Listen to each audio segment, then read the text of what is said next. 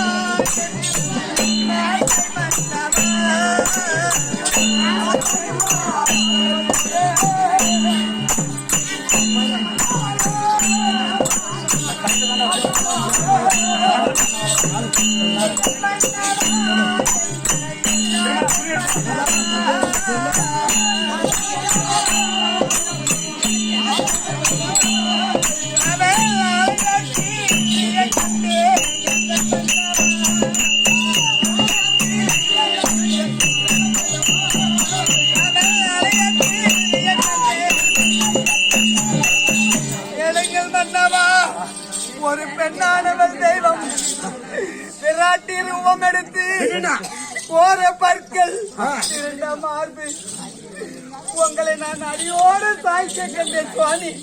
அதனால்தான் சொல்றேன் போன இதுக்கு பாட்டு அப்புறம் பாடுறேன்.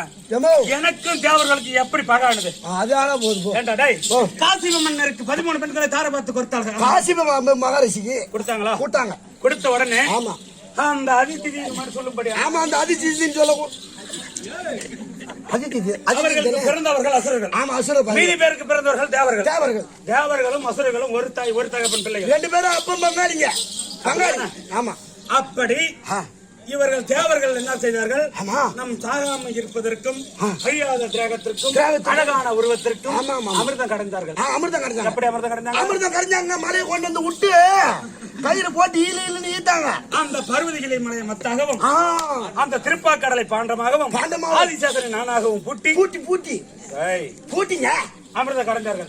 தேவர்களால் அமிர்தம் கடைய முடியல. அமிர்தம் பிறக்கவில்லை. ஆமா அப்போது அரக்கர்களையும் அந்த சூரமுட்டார்களையும் உதவிக்கு அழைத்தார்கள். கூட்டாங்க. அழைத்த உடனே அவர் எடுக்கிறார்கள் வந்தாதான் தெரியும். முடியும். அங்க வந்தா நீ நடிப்பு தெரியும். கோட்டுக்குள்ளே தான். ஆமா எடுக்கும் பொழுது தேவர்கள் ஒரு புறமும் அரக்கர்கள் ஒரு புறமும் அமிர்தம் கடையும் போது அமிர்தம் பிறந்தது. அப்ப பிறந்தா என்ன பண்ணணும்? என்ன சரி பாதியாதான் பங்கிட்டு கொடுக்க வேண்டாம். ஆமா வேலை செஞ்சா கூலினா பாதி பாதி கொடுக்கணும். அப்படி இது யார் பங்கிட்டு கொடுப்பது என்று இருவருக்கும் வாக்குவாதம்.